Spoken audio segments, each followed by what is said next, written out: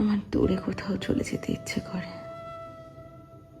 জীবনে এমন এক পর্যায়ে আছি, কোনো কিছুতেই আর মন বসাতে পারি না। না বাড়ি ঘর, না বাহিরে কোথাও, না কর্মস্থল, কোনো কিছুই আর ভালো লাগে না।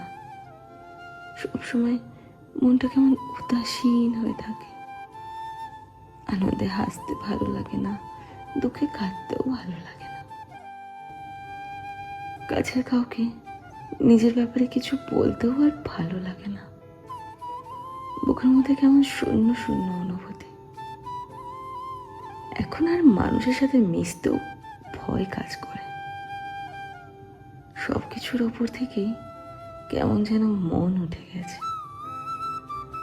মনে হয় দূরে কোথাও নিরিবিলি জায়গায় গিয়ে চুপচাপ বসে থাকি।